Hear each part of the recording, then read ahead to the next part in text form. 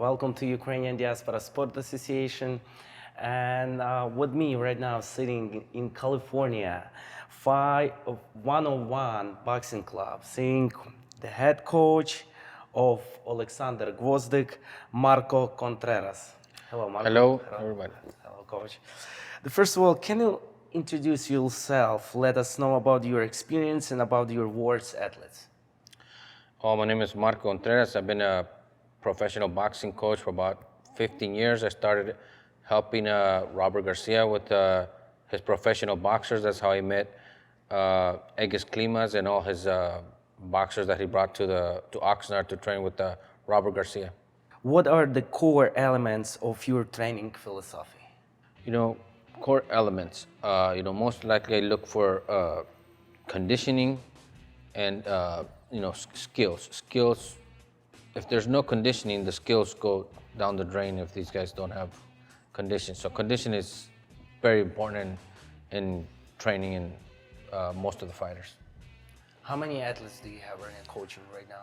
Right now, at the moment, I coach about 5 professional boxers and 1 amateur. How do you customize training programs for different boxers? Most of these professional boxers, they came with already a amateur background or some professional background. So I kind of adapt to what they're used to and add a little bit that comes with for the professional level. Like, Gvozdyk, I met him straight out of the Olympics, straight out of the amateurs. So kind of implemented a little bit of the pro style. And, like I said, all boxers are different. They all have different abilities, different talents. So kind of add or work on their deficiencies. Is some different between amateur and professional, of course? Yes, of course. The amateur is only 3 rounds, 3 minutes, so it's much faster and it's on points. Professional, it's it's the longer. You need to take a little bit more of your time to execute the plan because you have more time to work on it, more rounds. What techniques do you emphasize the most for defensive boxing? For defensive boxing, you gotta work on your legs. Gotta have good leg movements. Legs, it's very important. The power and also movement. If you can't move your legs, you either work on your waist, but they're all different. Like I said, every fighter has different abilities, different technique that you just have to work from there. Some guys, they're stiff. They can hit hard, but they can't move. So you have to add waist movement and legs. Well, actually, was my next question to you. Can you explain the importance of the footwork in boxing and how you train your fighters to excel in it? There's a lot of drills. I've been over the time. I've been working with a different strength and conditioning coach who add a little bit. They work on movements and speed with their legs, and actually you add power you get the core from the leg movements. If you know how to throw the punch the right way. A lot of punches. A lot of boxers come to me. They just throw punches from arm strength. Then you add the legs. You add the power from the legs to put the whole body together. How do you prepare your fighters mentally for a big fight? I think gradually each fight. They start off 4 rounds, 6 rounds, 10 rounds, and of course the ultimate goal is to get that big opportunity. My experience with all these European fighters, Gvozdyk and all these other guys that I've trained, they want opportunities. They come, they know what they want. They want they have a lot of experience already as an amateur background, so they just want opportunities. So this is what they're looking for. They come with the mentality they want the opportunity, like this one that presented for Alex against David Benavidez. So they're mentally being prepared, as 6 rounds, 8 rounds, 10 rounds, and that's how they prepare themselves by each fight. How do you analyze your opponent's strengths and weaknesses? They all have strength. You go by their previous fights for their career. Like some of these guys have speed, some of them have power, some of them have legs, some of them have movement. You just kind of analyze, and you work from there. You analyze each and every one of their fights.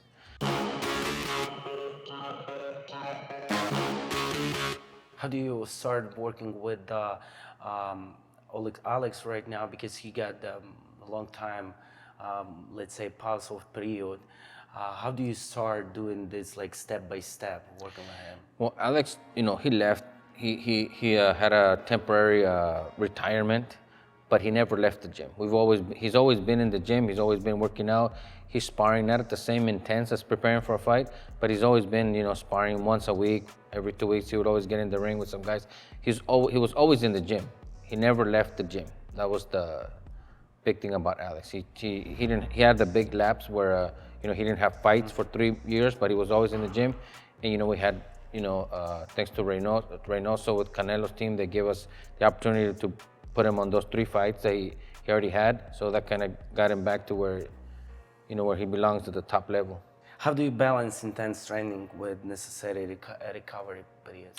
Like I said, from my experience and working with different conditioning coach, recovery is very important.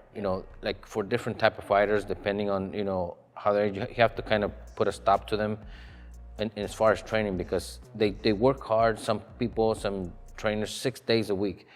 And by the time they come to perform, they're too tired, their body's tired. So recovery, rest periods, it's as important as, training hard. So I think, we have a new program over the years where Alex been working on, where like Thursdays we give it off, and so he works all the way up to Wednesday, rest Thursday, Friday, Saturday really hard, rest Sunday. So there's a lot of we communicate when he's feeling tired. We slow down, give him some rest periods. What has been the most challenging fight you were prepared a boxer for, and how did you overcome those challenges? With Egis Klimas, his first world champion was Evgeny Gradovich. That was our first boxer that he brought to Oxnard. We prepared him very hard. We were the underdog. Nobody believed in us, and we worked they only gave us a month to train, worked very hard, and we upset the champion at the time, and that was Egis Klimas' first world champion, Evgeny Gradovich. Big satisfaction. It was also on my birthday.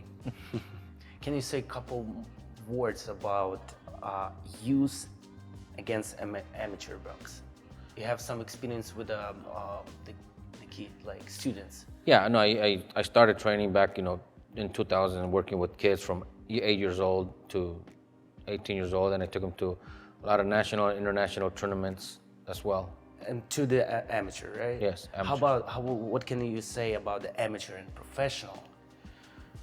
Amateur is a different atmosphere, different build-up. Professional is, you mix it up with the professional. You get to choose more your opponents, per se. You build a fighter. And amateur, you don't get to choose your opponent. You go to a tournament and you fight whoever signs up for that tournament. It's a different atmosphere, different vibe, because amateur, like I said, you don't choose your opponent. You don't pick and choose. You fight whoever's in the bracket if you want to become a champion.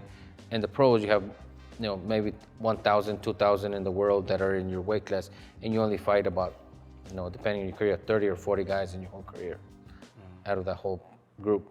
How did you first start working with Oleksandr Gvozdyk? Well, first, like I said, Egis Klimas brought, I think he brought Lomachenko first to the gym around and started helping him with Lomachenko, wrapping his hands and, finding him sparring partners. And then soon after that, he brought Oleksandr to Top Rank, and then he brought him to work with us in Oxnard. Who is your sparring partners right now? Thanks to Coach Buddy McGirt, he's helping us out. He's got a British fighter, Dan Aziz, right now, and a couple local kids that are in that gym that we've been sparring. So a lot of local kids, and the name that stands out is, Dan Aziz, who just fought eliminator with Buatsi. Like you said, you got already 3 fights, right? Yeah. With Alex. That was against Jose Obando. Jose Obando, yes. Ricards Bolotniks, Isaac Rodriguez. Yes. So, what the most critical lessons you learned from working with elite fighters like Gvozdyk? Critical lessons I learned, they're all different. You have to learn how to understand them. Like for example, Gvozdyk, I understand him. I know when he's tired, when he needs to take a break, when you need to push him. And some of the other guys, they're working so hard that you gotta know when to tell them. Mm-hmm. Some fighters you have to tell them to stop, take a break, and other fighters they come and tell me when I'm tired, when they need a break, because they know their body more, they know what they're feeling more than me. What is Gvozdyk's condition right now? He's doing good right now. He's where we need to be. Where we're sparring up to 10 rounds, 12 rounds on Friday, with 3 different sparring partners. So we're right where we need to be. Mm-hmm. So we're right there. We're not peaking yet because we still have 3-4 weeks. So 2 more weeks, and then we'll be peaking, and then we'll be ready for June 15th. Can you tell us a couple highlights with Gvozdyk last 3 fights? Highlights of the last 2 fights? I guess the only big real fight was Bolotnik's, because he was the only ranked fighter. He was WBO number 4 at the fight. The other fight was just kind of stay busy fights, and the guys had losing records. But Bolotnik's is the real highlight, because he fought a top contender. I believe he was number 4 WBA at that time when he stopped him in Mexico. So that was one of the big highlights in his last 3 fights. What your relationship between you and Gvozdyk, like a coach and student, or like a friends? We're both, we're good friends, and also coach. So, but mostly friends. We're very good friends. We've always been friends since he came, and that's we're always going to be friends. Mm-hmm. When you help him out, and what the advices you can advise to him all the time, or like some, let's say, move quicker, slower, working more with feet? What your most? Well, for this particular fight, we're gonna need every aspect of the game. Boxing, moving, punching, because Benavidez is a very good fighter. So Alex, we need to get Alex very well prepared with his legs, his punching power, and all the angles. We need to fight inside, we need to fight on the outside. So we're practicing a little bit of everything for what Benavidez is going to bring to the table. Can you describe the Alex Gvozdyk right now for a couple words? He's happy and looking forward to this fight. That's what he wanted when he came back 2 years ago. So he's happy and looking forward to becoming a champion again. Can you describe the David Benavidez in a couple of words? David Benavidez, I know he's hungry, and every interview he does, he mentions Canelo, so he wants the Canelo fight, so he's gonna have to go through Gvozdyk first. How do you handle the pressure and stress that comes with the coaching in a high level? It's not easy, but it's like I said, I have a lot of experience, been working with a lot of fighters, different types of fighters, different mentality, different moods. Gvozdyk's a guy that's very disciplined, so I don't have to worry about him making weight. Like a lot of these fighters, like during fight week, they get very grouchy, very moody because they're hungry. They want to do this, they want to do that, and they just want to get the weight over with to get food. But with Gvozdyk, it's a different atmosphere because he's very disciplined. He knows what he eats, what to eat, and how to make. He makes weight pretty easy, so that part he makes it easy for me. Yeah, right. You're right. Sometimes in a practice session, like you can say like he have to work on that. Could be like he said, no, I'm not ready, I'm tired, or something like that. No, he knows he's got a schedule, he's got a discipline. Like for example, today is a Tuesday. Tuesday is just easy, slow day. You saw we didn't do much because we have 3 days of work. That's our schedule: Monday, Wednesday, Friday. Those are very hard days on his body. So Tuesday, Thursday is kind of like the easy days. Usually, how long your training session is going? A couple hours, 2 hours at the most. Like I said, depending on what we're doing. Like I said, Monday, Wednesday, Thursday, that's his longest days because he works. Like for example, Friday we're planning to 12 rounds of sparring, plus some other drills depending on how the sparring goes, which is it's gonna be good, but usually 2 hours at the most. What do you think that Benavidez and Gvozdyk could be like a main event for upcoming event or not? No, this fight is it's got all the ingredients for the main event. I was surprised when they put us as co-main event. I was really surprised because it's a main event fight. It is a main event fight. I don't know. I mean, I don't know what PBC, what kind of business they're doing, whether they need to put a big card. And of course, Tank Davis is a very good fighter. He deserves to be a main event, but I thought they were gonna put us somewhere on a main event because this is a main event card. It's a big fight.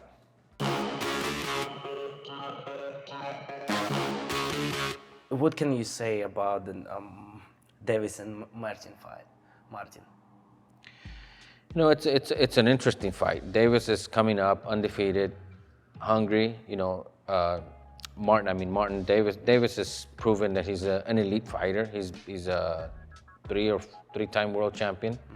He's coming, you know, defending one of his titles against Martin. Martin's hungry, undefeated. Martin's, you know, he's been defeating all of his fighters up to now. So we'll see if he can take it to the next level and give Davis a good fight or even beat him. But we will see on fight night. Yep. Yeah. How many people in your team?